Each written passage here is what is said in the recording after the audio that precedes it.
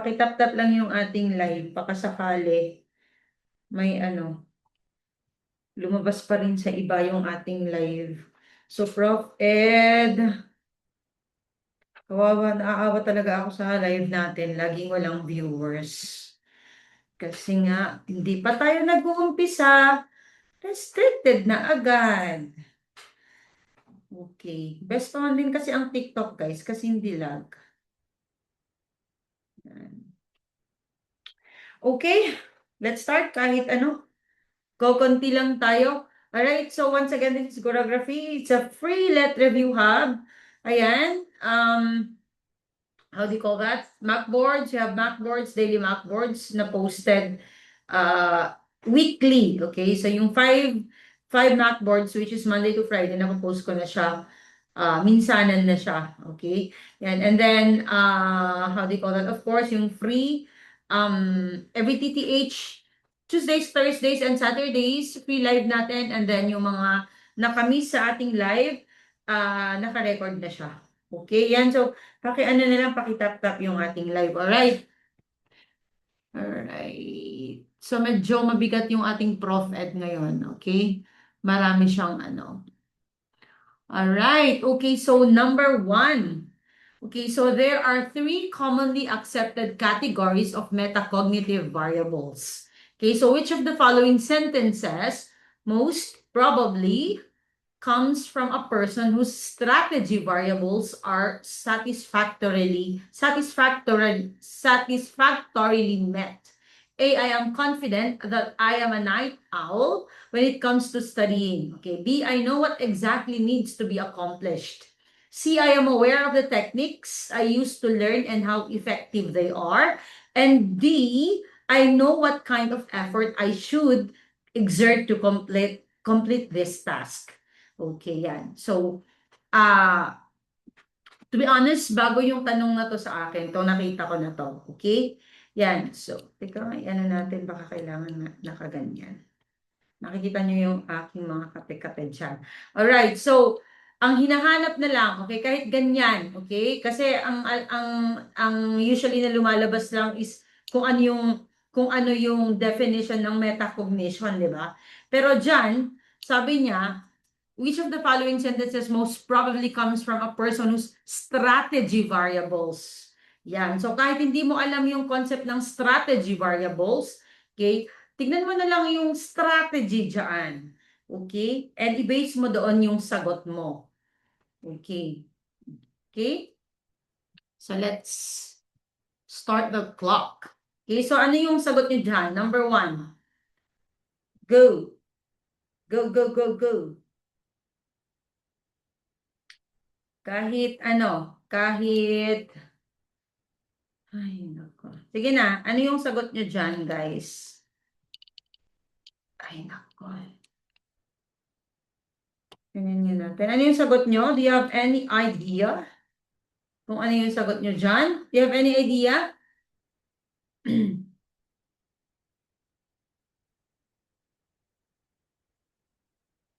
Yan.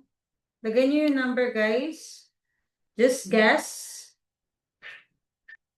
My goodness. Ay.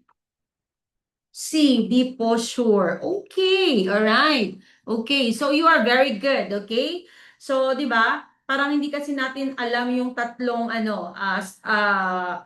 variables diyan, okay? Yung sa accepted category, yung mga variables doon, okay? Yan. So hindi natin alam, okay, yung tatlo. Or ako hindi ko alam, to be honest. Okay? Pero sabi niya strategy variables. And asan diyan yung medyo related sa strategy? Okay? Ano yung strategy? Ano yung mga strategiya mo? Okay? And strategy is synonymous to techniques. Okay? So that is why the answer is letter C. Okay? So, wag kalimutan, lumalabas din po to. Okay? So, sino yung nag-coin ng metacognition or metacognitive knowledge? Si John Flavel. Okay? So, lumalabas din po yan. Okay? And alam natin, gas na gas, metacognition is thinking about one's own thinking. Okay, yan yung laging lumalabas. Alright, so tignan natin. Tatlo yung niyan, yung category. Okay, yung person variables. Okay, so alam natin, pag sabi mong person, yung tao. Okay, Yan. So, yung knowledge mo about yung kinalaman mo about sa sarili mong learning abilities, kung ano yung mga strength mo, yung mga weaknesses mo, okay, yung mga ganon. Okay, so for example, sabi niya, I learned better through diagrams. Okay, di ba? So, ano pa? Magaling ako sa ganito. Okay, yan. And task variables. Task. What is task? Okay, the work, the job. Okay, so dapat alam mo yung nature niya. Mahirap ba yan? Madali ba? Ganyan. And ano ba yung dapat kong gawin? Okay, ano yung mga demands ng task? Okay, and of course, yung strategy variable na sagot kanina is, how should I do this? Okay, ano yung technique na dapat kong i-implement? Okay, yan lang yun. Yun lang yun. Alright. Number two, among the criteria in selecting and organizing content in a curriculum, which of the following makes sure that there should be cognitive match between the student's aptitudes and the content selected? A, validity, B, self-sufficiency, C, utility, and D, learnability. Okay. So again, among the criteria in selecting and organizing content in a curriculum, which of the following makes sure that there should be cognitive match between the student's aptitudes and the content selected? Okay, A, validity, B, self-sufficiency, C, utility, and D, learnability. Okay, yan.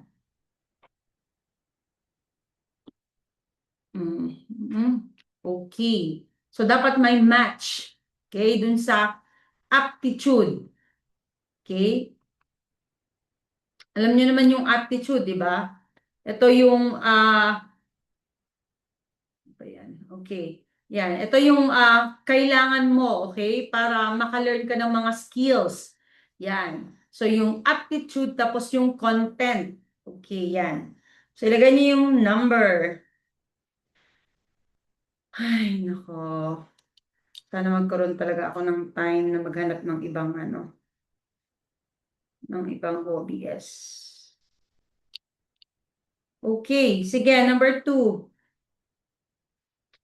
Ano yung sagot niya dyan? So, validity ba yan? Self-sufficiency. Okay, utility and the learnability. Okay, so let's reveal the answer. Let's reveal the answer. The answer here is learnability. Okay, yan. So, kasi, di ba, pag may match, okay, nag-match yung aptitude mo, okay, yung kakayahan mo, okay, na maka-learn ng bagong skills, yung mga ganun, tapos yung content na aaralin mo, ibig sabihin nun, meron kang learnability. Okay, yan. Ano ba sa Tagalog yung learnability? Pwedeng matutunan, madaling matutunan. Okay. So, ano ba yung mga to muna? Okay, yan. So, before napunta tayo doon, okay? So, there are two views dun sa curriculum, okay? There's micro-curriculum, tapos mayroong macro-curriculum, okay? So, pag micro-curriculum, ang sinasabi lang niya is, di ba, di ba yung definition ng curriculum could be yung mga subjects na kailangan mong matutunan. Okay, yan yung sa micro curriculum. Okay, it is defined as refers as the individual subjects. Tapos yung macro curriculum, ito na yung entire program. Okay, so ano yung kinalaman nito? Ano yung kinalaman dun sa 7 criteria kanina? Okay, so pag sa micro curriculum, yung mga criteria na nabanggit kanina, validity, self-sufficiency, ito ay ginagamit sa pag-select tapos pag-organize ng content, okay, for each individual subject. Okay, yan. Tapos yung macro curriculum naman is used to select which subject naman, okay, di ba? Kasi nga, sabi ko kanina, yung macro curriculum is yung the whole program. Okay, so ito yung mga different criteria. Alright? So, self-sufficiency. Okay? So, di ba, lagi lumalabas yung, uy, self-sufficient siya. Ibig sabihin, pwede siyang, how do you call that? Tumayo sa sariling paa. Okay? So, ganun din yun. Ganun din yung meaning ng self-sufficiency sa criteria for selecting a subject matter. Okay? So, ibig sabihin, kayang tumayo yung isang learner, okay? Kaya niyang matututo kahit minimal lang, okay, yung intervention or guidance ng isang teacher. Okay, significance. Significance is synonymous to importance. Yan. So, paano mo magi-gauge yung significance or importance. Okay, so dapat nasasaling yung tatlong learning domains, yung cognitive, affective, psychomotor, and it should be culturally sensitive. Very important yun sa atin. Culturally sensitive dapat siya. Okay, validity. Yan. Paano siya magiging valid? Okay, so syempre, valid yung tinuturo mo kung authentic, accurate, and up-to-date. Yan. So, valid nga naman siya. Okay? Yan. So, sabi nga na naka-reiterate dito, outdated topics should be replaced with current ones. Tama naman. Okay. Interest. Okay. Syempre, interest. Content should be engaging. Diba? Napaka-importante yon. And of course, meaningful. Okay. Ibig sabihin, ng meaningful, how do you call that? Na i-connect nila sa real life nila. Okay, yan. Utility, usefulness.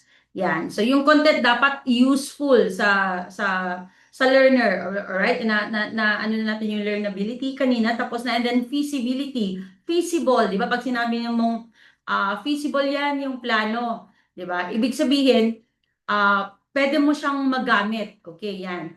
Alright. So, or as defined here, content must be realistic, okay, to implement. Okay, yan. So, pwede mo siyang magamit, okay, given the available time, resources, facilities, and qualified teachers. Okay, number 3. Teacher Anna ensures that her grade 5 English lessons connect smoothly with the grade 6 English curriculum. What organization criteria is she applying? A, sequence, B, balance, C, articulation, or D, continuity? Okay, so again, Teacher Anna ensures that her grade 5 English lessons connect smoothly with the grade 6 English curriculum. What organization criterion is she applying? A, sequence, B, balance, C, articulation, and D, continuity. Okay, yan. So ito, nakakaano, every time na lumalabas to, laging may na ano, okay. So, nakakabudol nga naman to, yung tanong na to. Pero parang lumabas to nung time namin, nung SPLE. Okay? Yan. Parang ang hirap i-identify. Ano kung ano ba diyan? Sabi niya, connects smoothly. Sabi niya, okay? Sige. Alright, so may sumagot ng D at may sumagot ng B. And the answer there is letter C, articulation siya. Okay, yan. So, ibig sabihin, alright, so tignan natin, ano ba yung mga to? Ano yung mga concepts na to? Okay, so, tama, okay, yes. So, kanina, di ba, meron yung 7 criteria. Okay, ito naman kasi is, connected dun sa ginawa ni Ornstein and Hankins naman. Okay, na ang acronym niya ay BASICS. Okay, so, ang original nito ay kay Palma. Okay, na basic lang. And then, pinalawak ni na Ornstein and Hankins, at dinagdagan nila lang scope. Okay. So, balance, yung sumagot ng balance kanina, hindi naman. Okay. Kasi ang balance, ang ibig sabihin niyan ay fairly distributed. Ibig sabihin, for example, yung fraction, yung pagturo ng fraction, at pagturo ng halimbawa, integers, parang ganun, how do you call that? Balance lang siya. Okay, hindi yung parang na-overemphasize, yung paulit-ulit ka na lang dun sa fractions, tapos kahit naintindihan na ng mga bata, tapos konti lang yung iginugol mong time doon sa about sa integers. Okay, maybe just because mas magaling ka sa fraction, yung mga ganun. Okay, so tama lang ba? Balance lang. Alright, ito namang articulation, naka-emphasize siya dun sa progress. Okay, yan. So, it's either vertical, okay, ibig sabihin by grade, okay, or horizontal. Ibig sabihin, sa different discipline. Connected siya sa different discipline. Okay, yan. So, yung ano naman, yung continuity naman, ito yung nakakabudol talaga, articulation at saka continuity, yung flow na should be continuous. Okay, so magbigay na lang ako ng example para mas madali. Okay, so yung continuity is, dapat paulit-ulit siya. Binabalikan mo siya. Okay, for example, sa grade 1, fraction. Okay, so maaaral mo lang yung ano yung fraction, yung mga basic. For halimbawa lang sabihin mo not grade 1, okay? Basta halimbawa sa mas mababang grade and then na grade 2 ka, okay? Subtraction and addition of fraction. Yung mga ganun ba? Yung parang nare-revisit yung concept. Okay, yon. Pero yung sa articulation kasi more on uh, sa smooth progression, ibig sabihin, may connection siya. Okay? So, for example, ang ituturo mo nga sa grade 1 would be cells. Bakit? Sinasabi ko lang na grade 1 ha, pero ano, for example, tinuturo mo sa grade 7 na lang is cells. Okay? Pag sa continuity, maybe pagdating mo sa grade 8 is cells pa din. Okay? Pero different ano lang, di ba? Pero hindi. Pagdating sa articulation, ang sinasabi niya is, ire-ready mo. Okay, so grade 7, ire-ready mo for grade 8. So, ang tuturo mo naman sa grade 8 is about tissues and organs. Tapos, grade 9 is about system, yung mga ganon. Okay, integration, alam na natin yan. You integrate, you connect, you link. Okay, yan. Okay, and scope. Okay, it's the breadth and depth. Okay, yan, of the content. Yan. Ano yung mga kasama? Yun yung meaning ng scope. Number 4, the focus of symbolic interactionist in the field of education is to A, observe how other people respond to everyone, B, refine students' ability to think, C, develop interaction between students, and D, maintain harmony in society. Okay, so again, the focus of symbolic interactionist in the field of education is to A, observe how other people respond to everyone, B, refine students' ability to think, C, develop interaction between students, and D, maintain harmony in society. Guys, kung may alam nga kayo na maganda-gandang OBS, kasi para mag-ano tayo, na magpalit na tayo ng ano, di pa ako nakaka-research, sobrang busy ko. Yan. So may ginagawa pa kasi akong ibang ganap sa buhay. Yan. So pag may ano kayo, may alam kayo na mabilis na OBS, kahit paid siya. Yan, para hindi naglalag. Para umalis na tayo dito sa TikTok. Kasi naiinis na talaga ako dito sa TikTok. Hindi tayo bibigyan ng mga viewers. Okay. Yan. So, sige. So, before kayo sumagot, okay? Kasi maybe, kasi itong symbolic, nagtaka nga ako, meron to, okay, sa Prof. Ed. Okay, yan. So, symbolic interaction is dahil Soksay major ako, okay? Na ano namin to, gasgas na gasgas sa Soksay to. Ay, ba yun? Na-reveal ko. Alright, so the answer there is, observe how other people respond to everyone. Okay, na-reveal ko pala siya. Sorry. Okay, so ano yung meaning ng symbolic interactionist? Okay, so it is an idea that people act toward things based on the meanings, okay, that those things have for them. Okay, and then yung mga meaning na yon, they came from social interaction. Okay, so explain ko. Okay, so for example, nakita mo yung ring doon sa store. Okay, yan.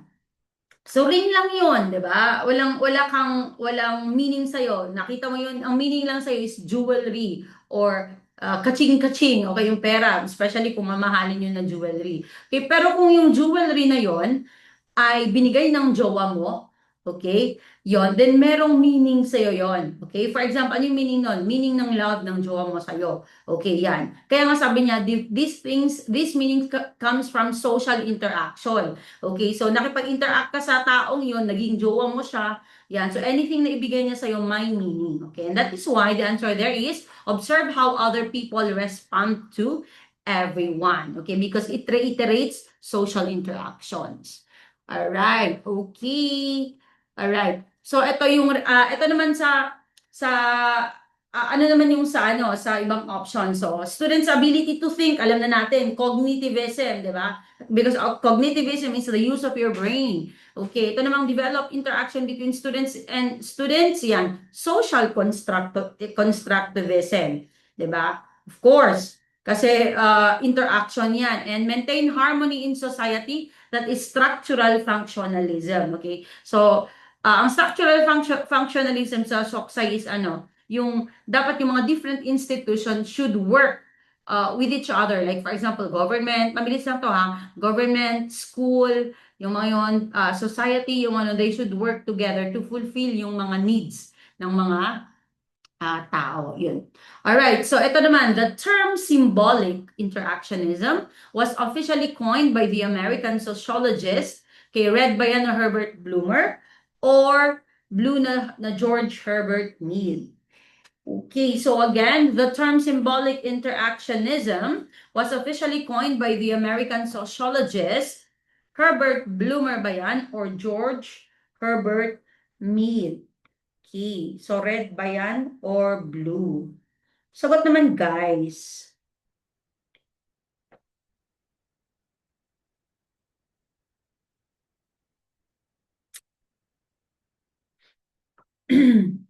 Ano yung sagot nyo dyan?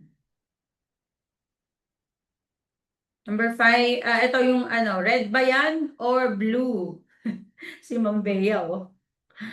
Ano, red ba yan or blue? Ano yung sagot nyo dyan? Okay. So, mind you, hula na lang. Sige, hula. Oh, mahirap nga ngayong ano. Yan, pero I'm very happy actually na nakahanap ng mga ganitong questions, okay? Kasi alam nyo yon sa Prof Ed talaga dapat malawak yung kaalaman. Alam ko na marami na kayo habang nagre-review kayo, alam nyo na yung mga gasgas na tanong. So, it's really good na maka-encounter tayo ng mga bago.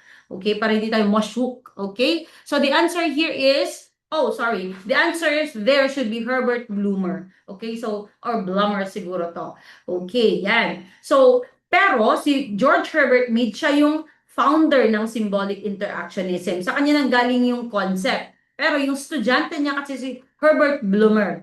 Okay, yan. And si Herbert Blumer, siya talaga yung nag-official na nag-point doon sa term na yung symbolic interactionism. Okay, so again, yung founder ng symbolic interactionism is George Herbert Mead, pero yung nag-point ay ang kanyang student na si Herbert Blumer. Okay, dapat andun yung check mark. Number 5, according to Merrill, learning is promoted when the learning is task-centered, activated, demonstrated, applied, and integrated. Which of the following scenarios activates learning? And A, learning is promoted when learners are engaged in solving real-world problems. B, learning is promoted when instruction demonstrates what is to be learned. C, learning is promoted when learners are required to use their knowledge skills to solve problems. And D, learning is promoted when relevant previous experience is activated. Okay. So itong 5 na to, okay, yung task-centered, activated, demonstrated, applied, and integrated, these are all Merrill's 5 principle. So ang hinahanap lang niya dyan is saan dyan? Okay? Which of the following scenarios activates learning? So, ibig sabihin, ang hinahanap dyan ay activation dito. Activated. Alright. Yan. So, of course, andyan na yung keywords dyan. Alright. So, kahit matuto tayong lahat na kahit napaka-wordy yung tanong, okay? Or parang 'di ba, parang ano ba 'to, 'di ba? Ang daming sinasabi or hindi ako familiar dito. Tingnan niyo na lang yung mga keywords diyan. All right. Okay, and the answer here is letter D. Yan, learning is promoted when relevant previous experience is activated. Tingnan nyo guys, oh. Yan, sabi niya, promoted when instruction demonstrates. Demonstration yan. Okay, learning is promoted when learners are required to use their knowledge. Application yan. Kaya ito namang learning is promoted when learners are engaged in solving real-world problems, that is task-centered. Okay, so tingnan natin.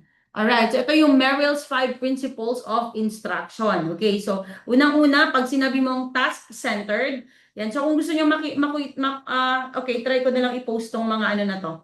Tong mga infographics na to. May demonstrate na word din sa B, ma'am. Okay, tingnan natin. Okay. Pero ang hinahanap natin dito ay activation. Yan. 'Di ba? Ang activation. Ang letter B is demonstration. That is why under siya sa demonstrated. Okay? Alright. So ito, so task-centered. Okay, so ibig sabihin, pag task-centered, trabaho, okay, ano yung gagawin? Okay, so instead na nagti-teach yung yung yung teacher ng facts or mga concepts, mas ang ginagawa niya is magbigay siya ng real world problem. Yun yung ibig sabihin ng task-centered. And yung activation, yun, activation is natatap yung prior knowledge. Yun yung ibig sabihin ng activation.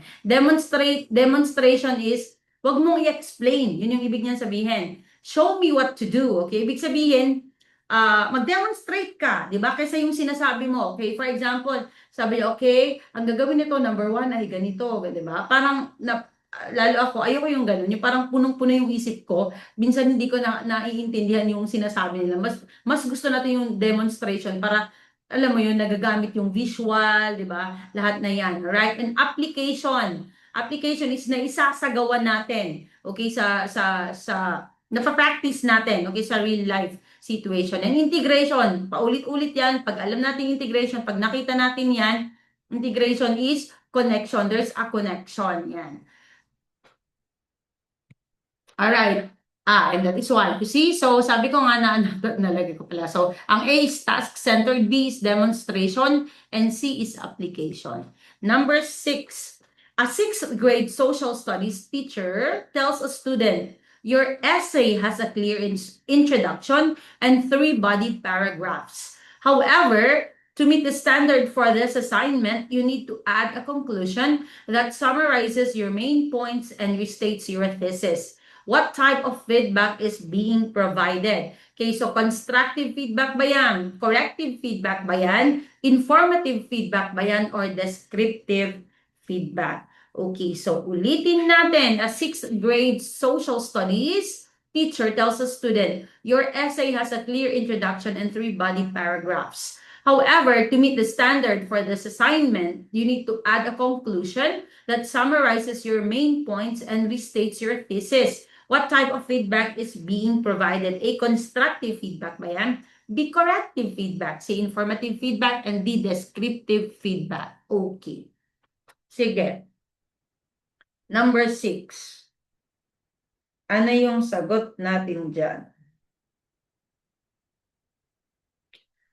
Ay, nakakapagod talaga yung TikTok na to. Imagine nyo, hindi man lang lumalabas sa 10 ang ano. Hindi man lang lumalabas ang ating, hindi man lang nakakapasok yung ano, sa 10, hindi nagiging visible. Okay. So, ano yung sagot? Okay. Hula-hula lang, okay lang. Okay, mahirap talaga yung mga tanong na to. Alright, so let's reveal. Let's reveal the answer. Okay, so answer here is informative. Okay, so inform, nag-i-inform siya. Okay, so ano yung ini-inform niya? Okay, it's either tama ba or mali. Okay, yung nagawa. Okay, para mas magkaroon ng deeper understanding. Okay, so sabi niya, your essay has a clear introduction and 3 body paragraphs. Okay, so ano lang yan? Alam, pwede mong i-ignore yan. Okay? Ang nakafocus tayo dyan is, however, to meet the standard for this assignment, you need to blah, blah, blah, blah, blah. Okay, yan. So, nagsasabi siya kung ano yung mali or tama doon. Okay, so tingnan natin yung pagkakaiba nito. Okay, so, yan. So, tapos na natin yung informative. Okay, so nag-i-inform lang siya, nag-explain or clarify. Okay, yung corrective naman, more on, nag-a-identify siya ng error. Okay? Yan. So, naka-focus lang siya. Okay? So, for example, you forgot to borrow from the 10th place, ganyan-ganyan. Puro ba correction yung linalagay niya? Okay? Yung constructive feedback naman, nagbibigay din siya ng, ng correction, pero binabanggit mo na yung strength niya. Okay, ganyan. So, sabi niya, your introduction is clear and interesting. Okay, so, to make your essay even stronger, di ba? So, nag-ano siya, nagbibigay din siya ng, how do you call that? Suggestion, okay? And then, yung descriptive, okay. So, yung descriptive is, sinasabi lang niya kung ano yung nakikita niya doon. So, wala siyang sinasabing strength, wala siyang sinasabing any information na na ano, wala din siyang kino-correct doon. Okay? So sabi lang niya, ay, nagsulat ka ng ganito, ganito. Tapos yung sentence mo, each sentence, sabi niya is, nag-start dun sa capital letter, ganyan. Pero hindi niya sinasabi na tama to, mali to, ganyan. Okay, naubos na tayo. Alright. Number 7, which of the following describes the concept of growth? Okay, 1, these are changes that take place in certain parts of the body. 2, measurable and observable. 3, quantitative. 4, qualitative. Okay, so A, 1 only. B, 2 and 3 only. C, 1, 2 and 3. And D, 1, 2, 3 and 4. Okay, so pagkatapos nating ano guys, nitong number 7, i-relive ko ha. Yan. Kasi grabe. Okay, sayang yung ating effort. Okay, so again, which of the following describes the concept of growth? 1, these are changes that take place in certain parts of the body. 2, measurable and observable. 3, quantitative. 4, 4, qualitative. Okay, A, 1 only. B, 2 and 3. C, 1, 2 and 3. And D, 1, 2, 3, and 4. Okay, so reveal lang ang ating ano. Okay. So, ano ko ha, i-relive ko guys. Kasi ano magpasok pa lang kasi natin na RR na siya. So, wala talaga. Okay. Alright. And the answer here is,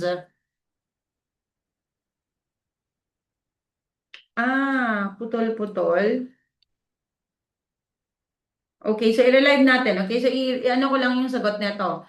Alright, so sabi niya, concept of growth, guys. So the answer here is letter, of course, letter C. Okay, kasi, di ba, alam natin ang growth is changes that takes place in certain parts of the body. For example, height, weight, okay, yung mga ganon. Alright, lumaki ba yung mata, lumaki ba yung head, mga ganon. It means to say, pag height and mga weight, yung mga ganon, na-measure naman talaga natin. Okay, for example, ganito, yung height niya, 5'1", mga ganon. So that is why it's quantitative. And alam natin, it's not qualitative kasi qualitative is development. More on development siya. Okay, so ganyan. So ano yung growth? Yan. So dapat malaman natin yung growth and development. Okay, so alam na natin, paulit-ulit yan. Pag growth, quantitative. For example, height, weight, size. Okay, pag development, yun yung changes. Yun, huwag niyong kalimutan. Pag may development, nagkakaroon ng changes. It's either in skills, abilities, and whatever. Okay? And of course, it is qualitative. Okay, sige. I-relive natin, guys. I-relive natin. Okay? Yan. Bago tayo number 8. Sige. See you there.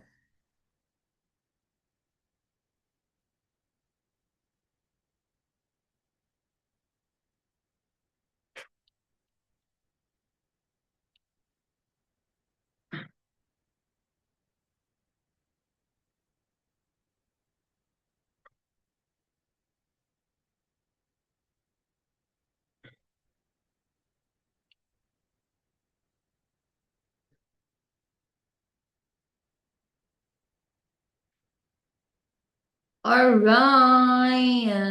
Number 8 ulit tayo.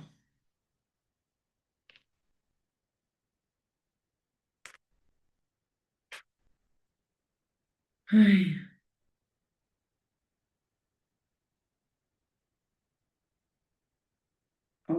Okay.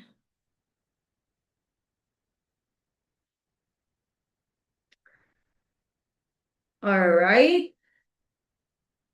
Oh, ayaw pa akong papasukin. Ay, nako talaga naman.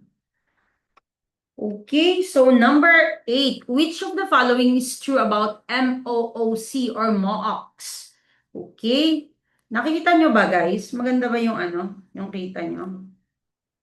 Yan, lapit natin. Bakit kaya ano? Okay, so ano natin? Punasan natin.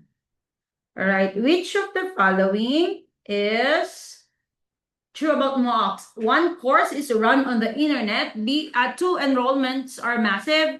3 enrollments are free. And 4 can accommodate large number of students. A, 1, 2, and 4. B, 1, 2, 3, and 4. C, 1 and 2. And D, 1 and 3. Okay, so ulitin natin. Which of the following is true about MOOCs? 1, course is run on the internet. 2 enrollments are massive. 3 enrollments are free. 4 can accommodate large number of students. Okay, so A, 1, 2, and 4. B, 1, 2, 3, and 4. And C, 1 and 2. And D, 1 and 3. Okay, sige. Sige, sagutin nyo muna yan.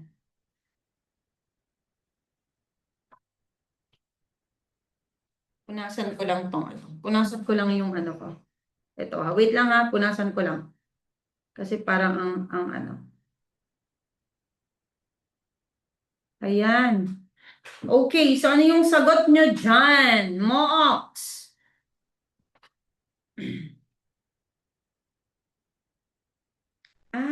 Medyo nalilate din pala tayo. Naglalag din pala a little bit. It's because of my internet, guys. Sige. Ano yung sagot nyo dyan, guys? Which of the following is true about Mooks? Okay, sagot, sagot, sagot, sagot, sagot, sagot. Guys, paki-follow na lang ako sa ano sa Blue App. Guys, please follow me there. Doon ko i-post kung magbago na ako, punta tayo sa ay kung YT na yung gagamitin natin, then malalaman nyo. Alright. So the answer here is okay. So letter A, 1, 2, and 4. Kasi syempre, ang MOOC naman talaga ay run on the internet kasi online course siya. Okay? And massive. So, ibig sabihin, tama yung 3. Tapos, ang massive means it can accommodate large number of students. Okay? Yan. Okay. So, bakit? Okay? Bakit hindi 1, 2, 3, and 4? Okay? Because, hindi all the time ay free yung enrollment. Okay? So, for example, ang nakita ko doon is although maraming MOOCs ay free, okay, meron yung mga ano doon na hindi siya binibigay. Okay, like for example, yung mga premium, how do you call that? Mga premium features, okay? So it is not always free. Yan. All right. Number 9, which of the following is a declarative knowledge? Okay, so A, construction of a bamboo bridge to learn about structural integrity. B, computation using long division. C, creation of mathematical proofs to theorems. D, generalizations and laws. Okay, so again, which of the following is a declarative knowledge? A, construction of a bamboo bridge to learn about structural integrity. B, computation using long division. C, creation of mathematical proofs to theorems. And D, generalizations and laws. Okay.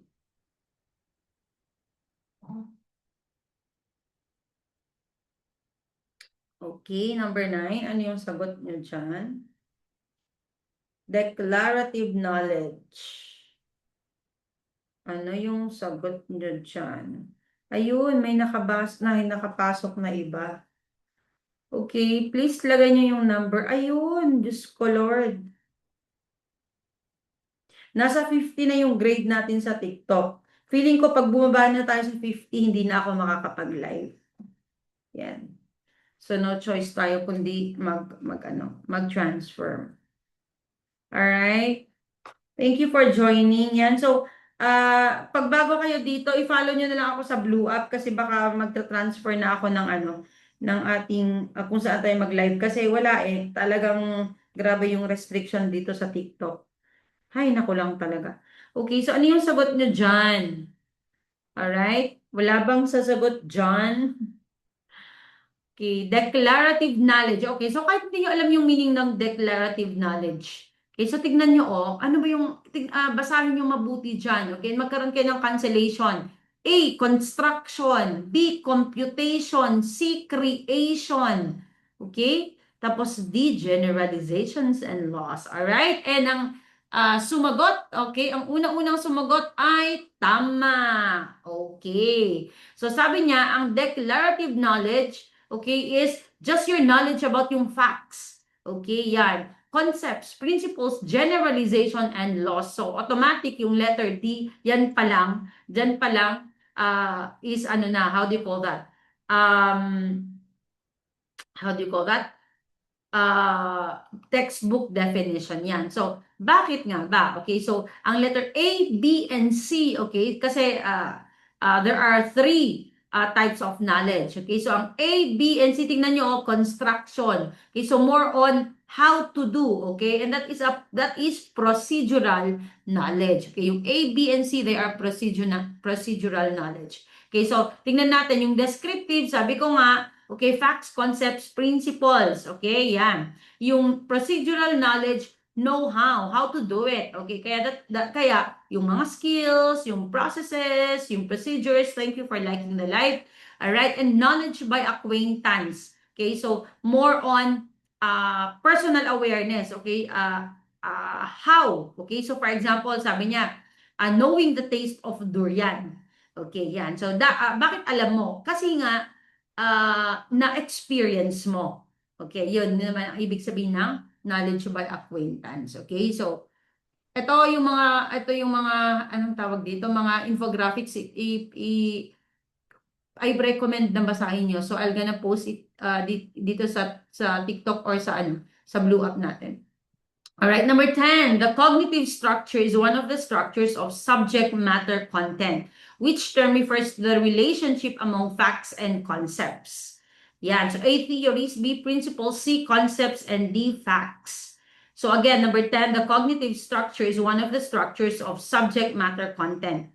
Okay, so which term refers to the relationships among facts and concepts? A, theories, B, principles, C, concepts, and D, facts. Okay, so hinahanap na dyan ay relationship ng facts and concepts. So, ibig sabihin niyan, wala na dapat yung C and D.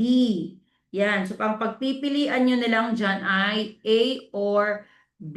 Okay. Alright. And the answer here would be, okay, principles, guys. Principles. Alright.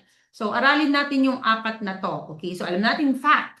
Fact is just isolated, okay, na alam mo. Okay, so for example, sabi niya, the sky is blue. O, di ba? Yon yung fact yon. Okay, yung concept naman, ito yung mga nakakategorize, okay, yung mga facts. Okay, so for example, they are categorized either by color, di ba, by size, yung mga ganon. Okay, kaya nga, di ba, kanina sabi natin, validity, usability, feasibility, ano yung mga yan, okay? Okay, ano yung concept na yan? Concept yan nung sa pag-ano nung curriculum. Okay, yan yung meaning ng concept. And yung principle naman, okay, so definition niya is statements that describe the relationship. Yan na yan, between two or more concepts. Okay, so pwede din siyang tawaging generalization. So there should be a relationship. Okay, yan. Okay, and yung theories naman, ito yung explanation ng mga interrelated concepts naman. Okay, yan. So, for example, Piaget's theory of cognitive development. Okay, so, ito yung, for example, ano yung mga concept doon sa, theory doon? Okay, so, for example, yung egocentrism. Okay, yung mga concepts na yon. Alright? Transductive reasoning. Alright, number 11. Teacher B is teaching grade 10 English. Per DepEd Order number 8 series of 2015, how many percent should she allocate to performance tasks? A, 20%, B, 25%, C, 40%, and D, 50%.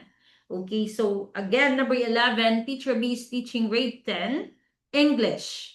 Okay, so per DepEd Order number 8 series of 2015, how many percent should she allocate to performance task? A, 20%, B, 25%, C, 40%, and D, 40%. Kaya ito talaga yung memorize ko noon bago ako mag-exam. Okay, so please sumagot kayo with the number. Okay? Ay, ay, ang cute ng pagkain. Okay lang yon, di ba? Okay lang na no idea, ma'am. Okay, it's okay, di ba? At least nalalaman natin. To be honest, yung mga bago yung mga Pero ito, guys, kailangan nyo tong i-memorize. Guys, yan. Tiisin yung mag-memorize dyan. Okay, kasi ito dapat talaga yung kailangan yung malaman. Alright, and the answer there is letter D. Okay, so C, B, B, C, B, B. Okay, so ito. Alright. Okay, so ito sa grade 1 and 10. Okay, so saan ba dyan yung English? Yan. So ito yung mga components niya. Language, APSP, Science, Math. Yan. Alright, so saan dyan yung English? Hanapin nyo. Saan dyan? Is it under languages? Is it under Science and Math? Okay. Saan? Now ko lang na-encounter. Okay, okay. Siguro pagbaguhan ka talaga, ganyan. So, ganun din naman ako nung una, na-overwhelm ako sa dami ng mga ganyan. Alright, very good. So, it is under languages, yung English, Filipino, di ba? Ang hinahanap ay performance task. Okay, so it is under here. So, ganyan. So, the answer there is 50%. Okay? Alright? So, wag niyong kalimutan, ang isa pang lumalabas dyan is yung performance task. So, usually, tingnan nyo, yun yung pinakamalaki. So, 50% sa science, 40%, although magkaparehas sila sa written work. And then, pag dito, sa MAPE is 60%. Okay, ang performance. Alright, kasi nga, di ba, mas nag-aano na tayo ngayon, okay? Constructivist na tayo ngayon, okay? So, more on learning by doing. Okay, number 12. A student who is usually quiet and reserved suddenly starts participating actively in class discussions. According to Maslow's hierarchy of needs, which need has most likely been satisfied? A, physiological needs, B, safety needs, C, belongingness and love needs, and D, esteem needs. Okay, so again, a student who is usually quiet and reserved suddenly starts participating actively in class discussions. According to Maslow's hierarchy of needs, which need has most likely been satisfied? A, physiological needs, B, safety needs, C, belongingness and love needs, and D, esteem needs. Okay, may nakapasok na mga viewers na tayo. Ang galing-galing. Alright. Ay, nako. Tingnan nyo naman yung difference pag lumalabas talaga, di ba? Yan. Okay. So sabi niya dati tahimik siya. Bakit nga ba? 'Di ba? May rason. Okay, yan. Bakit nga ba? Okay, so ang sagot niyan ay andito si Chernox. Okay, C, C, D, D, D, C, D, C. Ay, nagpapalitan ng C, D, C, D, C, D. Okay. Oo nga. Tama. Nakakabudol. Okay, pero the answer there is letter C. Belongingness and love needs. Kasi, umpisahan mo, yes, eventually naman talaga, magkakaroon siya ng esteem needs. Okay, pero i-analyze natin yung tanong. Okay, sabi niya, usually quiet and reserved. Bakit nga ba? Bakit ka quiet minsan? It's because feeling mo wala kang friend, okay? Feeling mo hindi ka gusto, 'di ba? Feeling mo hindi ka belong, okay? And that is why the answer there is letter C. Yan. So but eventually pagpatuloy siya, okay, na nakipag-participate actively ganyan-ganyan, ma-achieve din niya yung letter D na esteem needs, okay? So of course, alam na natin 'yan, okay? So paulit-ulit to. Physiological needs. Ito yung mga basic needs natin. Food, water, shelter, safety needs. Yan, security. Okay? Belongingness and love needs. Tapos na natin yan. So, you long for friendship, intimacy, acceptance. Yan. Okay, esteem needs. Yan, you long for recognition, respeto. Okay, and self-actualization. Realizing one's full potential, self-actualization. And lagi nyong tatandaan, okay? Ang gist ng Maslow's hierarchy of needs is at least, okay? Hindi naman yung parang 100% na ma-fulfill mo, okay? Yung sa mababa. For example, physiological needs. Hindi naman sinasabi na kailangan ma-fulfill mo na 100%, pero at least, okay, ma-fulfill mo siya. Okay? Na tamang-tama lang. Okay, yan. Before ka pupunta sa safety needs. Okay, kaya nga 'di ba, sabi nila, hindi matututo ang batang kumakalam ang sikmura. Okay, 'di ba? Thank you for the thank you TikTok. Minahal mo na ako ngayon. Okay. Alright, so since marami na tayo ngayon, so let me say it again. So ang Gurography, it's a free let review hub. Okay, so if gusto niyo mag-mock boards daily, Pero pinopost ko na siya weekly ngayon kasi wala na akong oras mag-post daily. So, ang Macboard natin is Monday to Friday. Pero Sunday pa lang or Monday, pinopost ko na yung 5. Okay, and i-unpublish ko ng mga Sunday or Monday and then ilalagay ko na naman yung mga bago. Okay, yan. And free din po tayo TTHS. Okay, so Tuesdays and Thursdays, yan, Gen Ed Prof Ed lang yan. Okay, and Saturdays, nagpapa-enroll po ako ng Soksai. Okay, yan. So it's 299. Okay, may PDF, blah, blah, blah. Okay, if you are interested, message me lang. Pero, sinishare ko pa rin, kasi weekly we have 40 points. Okay, pero sinishare ko pa rin yung 15 points. Okay, sa mga hindi maka-afford. Okay, yan. Okay, number 13. Okay. Under creative thinking, which refers to the ability to produce large quantity of ideas. Madamihan ba? A, originality. B, elaboration. C, imagination. And D, fluency. It's okay. Kung BEED ka, nag-exam pa rin naman di ba, pag BEED ka is Gen Ed at saka Prof Ed. So, free naman tayo sa Gen Ed at saka Prof Ed. Yung Macboard ko naman na free is Gen Ed at saka Prof Ed din. Okay, so message lang po kayo sa Blue App. Huwag na po kayo mag-message dito sa how do you call that, dito sa TikTok kasi uh, sa Blue App pa rin tayo kasi andun yung GC, okay? Yan. So palilipatin po rin ko po kayo doon sa Blue App. Okay. So again, number 13 under creative thinking, which refers to the ability to produce large quantities of idea. A, originality. B, elaboration. C, imagination. And D, fluency. And C. Oh. Okay, so would you believe? Okay, pag sinabi ko bang ligwak tayong lahat? Okay, may tumama. Alright, and the answer there, thank you, TikTok. Minahal mo ako. Tingnan mo naman yung difference, okay? Maabot na tayo ng, ito dati yung mga ko yung mga, maabot tayo ng 200, 300. Kaya nalulungkot ako pag, nare-restrict ako. Alright, so the answer there is fluency. Okay, yan. Padamihan. More ideas, fluency. Yes, ang galing. Alright. So, ano nga ba to? Okay, so ano yung mga components? Sa apat lang po siya, fluency, flexibility, originality, and elaboration. Natawa ako dun sa boses ko na apat lang po siya para nagbebenta. Okay, na-miss ko tuloy mag-online selling. Okay, so pag fluency, yes, padamihan ng ideas. Flexibility, paiba-ibahan. Okay, pasari-sarian. Okay, sari-sari yung ideas mo. Okay, originality is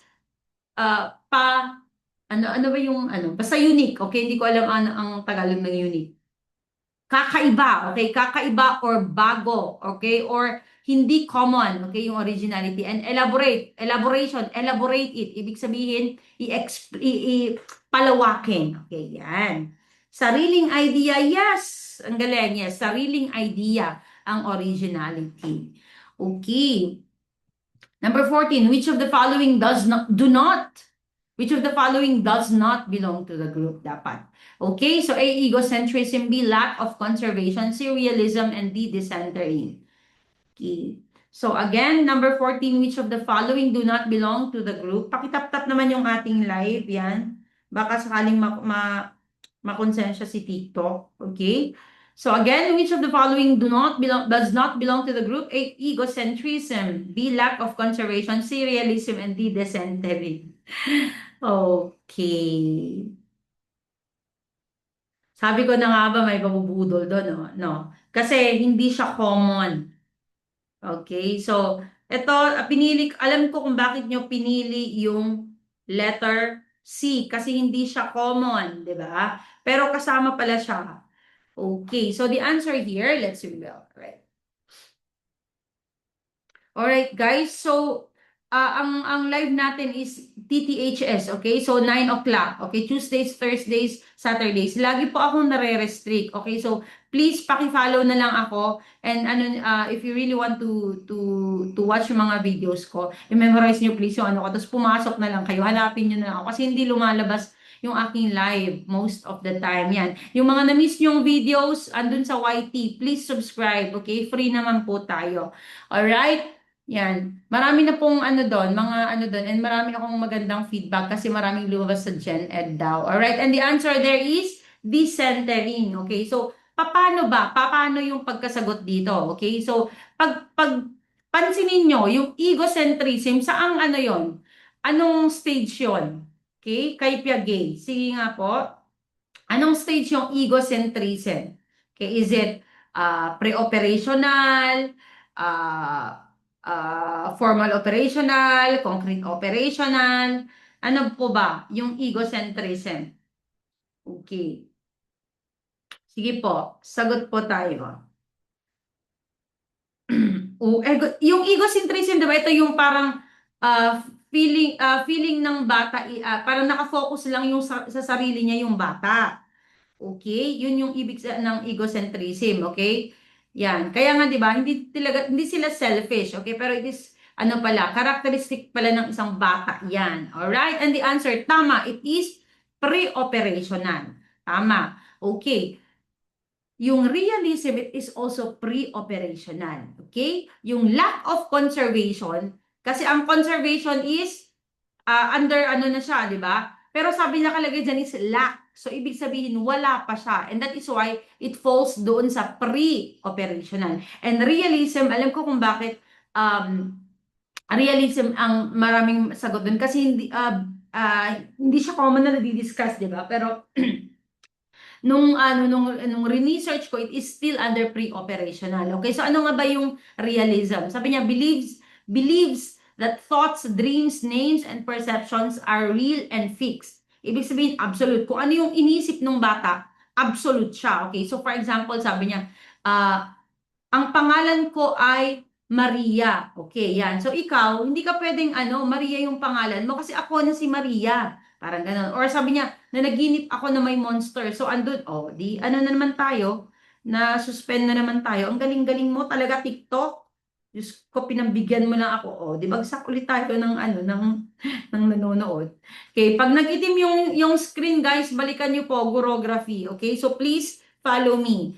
Alright, okay. And that is why yung sagot niyan ay decentering kasi nasa concrete operational niyan. Okay, so kasi 'di ba ang centration is nasa pre-operational. Okay, ibig sabihin ang centration is naka-focus lang siya sa isang for example, naka-focus lang siya sa height ng baso. Hindi niya iniisip yung size, okay? Yung decentering is kaya niyang i-consider yung height at tapos yung size, okay? And that is decentering. And decentering is under concrete operational. Alright, okay. So ito yung mga yan. So tignan nyo, ang laging lumalabas sa pre-operational is ito, egocentrism, animism, yan. Irreversibility, centration, okay? Hindi common na lumalabas yung artificialism, realism, and transductive reasoning. Okay, pero kasama pala siya. Okay, so basahin niyo na lang yung mga to. Okay? Alright, number 15, thank you for sharing our live. Okay, so what is the correct sequence of the reading skills below according to the theories of Goodell? Si Grace Goodell to. 1, interfering meanings or drawing a conclusion. Okay, so gumagawa ka ng conclusion. 2, using parts of the book. 3, classifying and organizing fact. And 4, using the dictionary. Okay, so A, 1, 2, 3, and 4. My goodness, tignan nyo naman. Ganun kabilis na wala yung ating nanonood. Nag-itim yung kanilang screen. B, 3, 1, 2, 4. C, 1, 3, 2, 4. And D, 2, 3, 1, 4. Okay, so follow nyo na lang po ako. Pag nag-iitim yung screen nyo kasi nagkakaroon tayo ng live visibility, balikan nyo na lang po ako. Okay. Yan. Ilagay nyo po yung number din. Yan. Okay, so 16 yung ladder na to. Okay, from basic. Okay, yun. So 16. So, ang hirap talagang i-memorize to.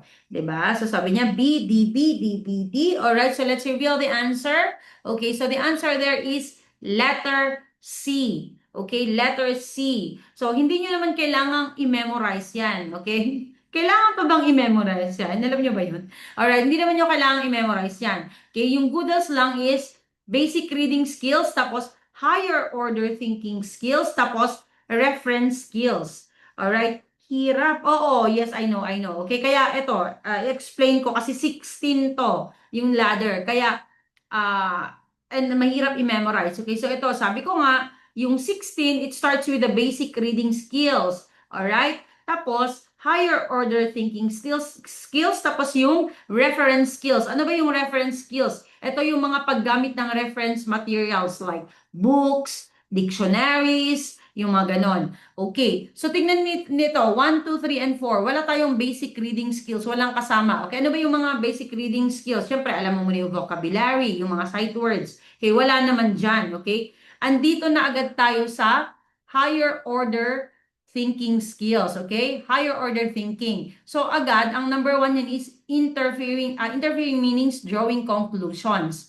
Okay, yan. That is why 1 agad yan. Okay, tapos pagkatapos mo na, pag alam mo na mag-draw ng conclusions, pwede ka nang mag-classify and organize facts, and that is why number 3. And then yung books, dictionaries, these are reference skills. Kasi sabi ko nga kanina, ang reference skills is yung alam mo kung paano gamitin yung reference materials like books and dictionaries. And of course, mauuna po yung using parts of the book. Like for example, how do you call that? Yung content niya, yung a table of content, yung mga ganun, mga reference, yung mga ganun. And then, susunod yung using the dictionary. Okay, yan. But of course, yan. So, ito siya. So, itong basic sight words using phonetic analysis, ito yung mga ganon, vocabulary, hanggang vocabulary building, ito yung mga basic skills. And then, number 6 to 10, 6 to 9, ito yung higher order thinking. Tapos yung 10 to 16 is reference skills. Reference skills na siya. Alright, number 16, among the following, which is the most improved alternative response type of test item?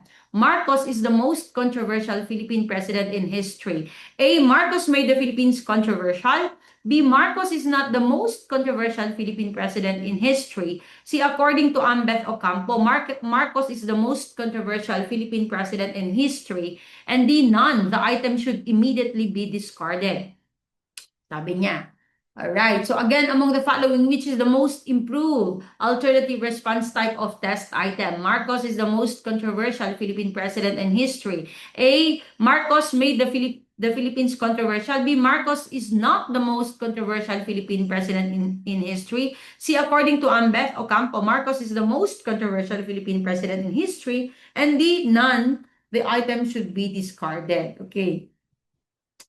So sabi niya, ano yung pinakamagandang na-improve, okay, sa test item na to, na ang tanong ay Marcos is the most controversial president Philippine in history, and that is why mali na yung D, okay, kasi hinahanap nga natin ano yung most improved, okay, alright, so mali na yung letter D, wag nyo nang isama si letter D, okay, so ang sagot ni Raymart is letter C. Okay, alright. Lagay din natin yung number, huwag kalimutan. Please, ilagay nyo po yung number. Ayan. Ang hirap talaga ng ano na to, yung ating, yung topics ngayon, yung 20. So, bakit din yung ulo ko? Kaya bang nagre-research ako nito? Okay, kaya, how do you call that? Pag na-post ko, I suggest na balikan nyo. Alright? Okay. Raymart. Sorry, Raymart. Okay. Alright. And the answer there is letter C. I think na-gets nyo kung bakit. Okay? I think na-gets nyo yung bakit. Kung bakit C yung sagot. Okay. Kasi alam naman natin, okay, pagdating sa paggawa, okay, ng mga tanong, it should not be opinion-based. Okay, yan. Kasi, di ba, hindi naman pwede na, paano ka magkakaroon ng objective na sagot? Okay, yan. So for example, Marcos made the Philippine controversial. Ha? 'Di ba? Paano mo i-research yung ganyan, 'di ba? Kung minsan nga pag nagre-research ako, ayokong nagre-research na sa mga articles, as much as possible ayokong gamitin, 'di ba? Kasi baka opinion pala 'yon. Okay, yan. Okay? Kaya, ang pinakamagandang sagot dyan is according to Ambeth Ocampo. Okay? Kasi at least, kahit subjective yung sinabi, halimbawa ni Ambeth Ocampo, at least, meron kang pagbabasehan. Okay? Kasi nga, sinabi naman ni Ambeth Ocampo, parang ganon. Okay? Most lang yung binasihan ko. Okay, that's okay, all right? But wag niyo kalimutan, ang tanong ay dapat not opinion-based, okay? All right, number 17. Johnny, a retired personnel, is constantly seen biting his nails. According to Freud, which of the following fixation has Johnny acquired during his wee years? Okay, yan. So, na-acquire niya to. A, oral reception. B, anal expulsion. C, anal retention. And D, oral aggression. Okay, so again, number 17, Johnny, a retired personnel, yan, so matanda na siya, is constantly seen biting his nails. According to Freud, which of the following fixation has Johnny acquired during his wee years? Okay, so A, oral reception. B, anal expulsion. C, anal retention. And D, oral aggression. Okay, so guys, ang hinahanap na dyan ay biting yung nail. So ano ba yung ginagamit? Okay, dun sa sa biting. Okay, it's the mouth, 'di ba? Yan, and mouth is the erogenous zone doon sa oral stage. Kaya alisin nyo na yung B and C. Huwag nyo na pong isama yung B and C. Alright. Okay, ang galing. Alright. So, ang sagot niyan ay okay, good job kayo dyan. Alright, so ang sagot niyan ay letter A, oral reception lang. Okay, so pagpipilian nyo lang ay A and B. Okay, pero feeling ko na-gets nyo kasi wala pa namang aggression dyan. Okay, so for example, kung kinagat ka, diba, kinagat ka nung katrabaho mo, okay, that is oral aggression. Okay, ganyan. Alright, so tingnan natin yung difference niyan. Okay, so ito yung mga types and characteristic ng oral personality, okay? Yan, so pag oral dependent, okay, sabi niya, hindi, ito, i-ano natin dito, alright? Okay, kasi halos magkaparehas lang yan. Okay, so oral aggressive, ibig sabihin, nakakapanakit ka, okay? So it's either, saan ako makagat? Sana all nakakagat, ano? Alright, okay, so oral aggressive, okay, it's either physically nakaka-harm ka, okay, or verbally. Okay, yan. So, it's either verbally abusive ka, yung mga ganun. So, ganun pala yon, di ba? Yung mga verbally abusive pala, di ba? Is hindi sila naka-get over dun sa oral stage nila. Ganun pala yon, di ba? Ganyan. Okay, pero yung oral receptive naman, more on ano lang siya, pag nagkakaroon siya ng stress, okay, so ano siya sa eating, drinking, yung mga ganon, okay? Smoking and nail biting. Okay, yan. So alam mo na, okay, may classmate ako dati, friend ko actually, lagi siyang kinakagat niya yung nails niya, kaya pudpud yung nails niya. O yan. So hindi ako education hindi kami education no. So sana sinabi ko, "Uy, meron kang you're oral receptive." Okay, char. Okay, dindiagnose sana natin. Okay. Number 18, thinking is the result of the interaction between individual and the environment. Okay, which of the theories of development supports this idea? Okay, support or supports? Okay, so pwedeng isa, dalawa, tatlo, apat ang sagot niyan. Okay, so 1, Erickson's psychosocial theory of development. 2, Kohlberg's stages of moral development. Natawa si Raymond. 3, Piaget's stages of cognitive development. 4, Vygotsky's social-cultural theory. Okay, so A3 only, B4 only, C3 and 4, and D1, 2, 3, and 4. Okay, so ang hinahanap dyan is saan? Okay, yung merong interaction, okay, ng individual at saka environment niya, sabi niya. Lumalabo na naman, parang relasyon. Okay, CCC. Okay, so pinopost ko pa lahat ng linalive natin, pinopost ko pa sa ating YT. Okay, so please naman pa-subscribe naman tayo para free ang ating masustain naman yung ating yung ating pagka-free. Okay? Okay. So, merong sumagot ng letter D. Okay, but the answer there is 3 and 4. Okay, kasi ang hinahanap natin is interaction between individuals or environment. Okay, tignan natin. Okay. So, yung Erikson psychosocial theory of development. Okay, ito, di ba ito yung trust versus mistrust. Okay, yung mga ganun. Wala namang interaction doon. Okay, more on paano nadidevelop yung personality. Okay, yon sa Erikson. Si Kohlberg naman, syempre alam na natin yan, moral reasoning yan. Okay? Yan. Yung Piaget stages of cognitive development, okay, that is interaction with your environment, okay? 'Di ba? Halimbawa, sabi nung bata, uy, nakakita ako ng aso, o 'di ba? Saan ba yung aso? Sa environment, 'di ba? Hindi lang sa within himself, 'di ba? Yan. And of course, napaka-obvious number 4, Vygotsky's social-cultural theory, okay? This about social interaction naman. Okay, yan. Kaya 3 and 4. Alright. O, masaya na ako kahit papaano. Okay? Hindi tayo na ano sa dalawa, tatlo. Okay. Number 19, which of the following directives outlines the standards for outcome-based education for higher educational institutions or HEIs? A, DO, okay, Dep and Order 32, okay, series of 2019. B, CHED Memo 46, series of 2012. C, DO 42, series of 2017. And D, CHED Memo 52S 2007. Lumalabas tong ano, usually yung A, B, and C. Yan. A, B, and C. Okay? Standards for outcome-based. Okay, so B, C, B, B, B. Okay, masaya naman ako. Okay. Alright, kasi mas marami pa rin yung tama. Kung nagkamali ka, okay lang yon. Nagkamali ka nga sa jowa mo dito pa kaya at least naaral natin, 'di ba? And the answer there is letter B. Very good. Okay. So Ched memo is okay, yan.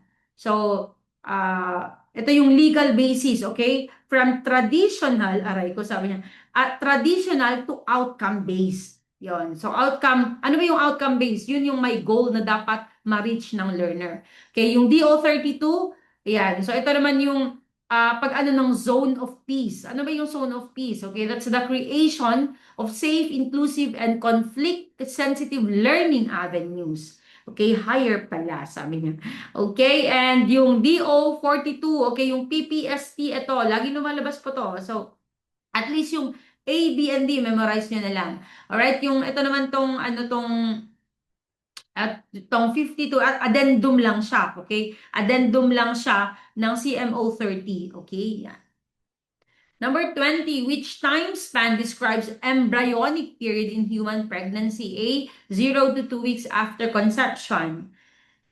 Letter B, 2 to 8 weeks after conception. C, 8 to 36 weeks after conception. And D, none of the above. Okay, kahit pa paano naman, alam nyo na kung ano yung embryonic dyan, di ba?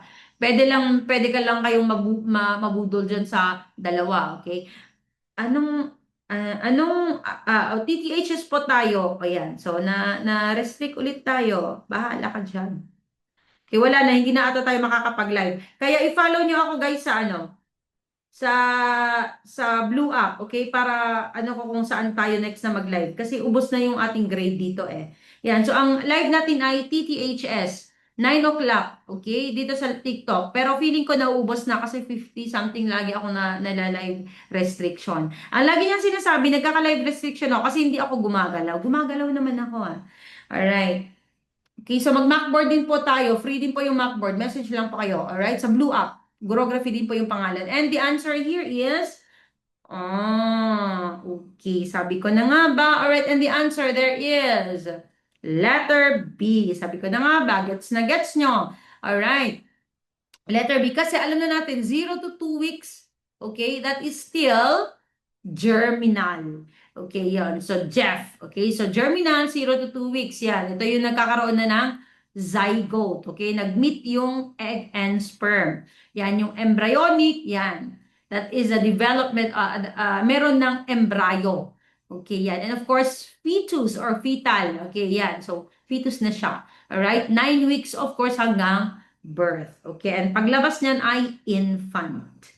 Alright, okay, thank you. Okay, so agyawanak, salamat kayo. Thank you, syukran. Salamat idayun namin. Maraming salamat kahit papaano sumaya ako ngayong araw na to. Okay, kasi sa pag-relive natin may mga nakapasok. Pero yun nga lang, nag-block na naman yung screen ng iba kaya nawala na naman tayo.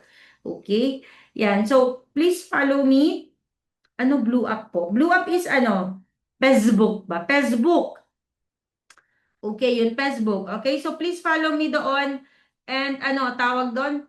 mag-message po kayo para makapasok kayo sa GC kasi sa free daily mock boards natin. Okay? Yes, yes, lahat po ay ina-upload ko sa ating YT. So please pa-subscribe naman guys. Yan. So hindi ko pa na-check pero parang nasa 2,000 plus na tayo doon sa doon sa YT.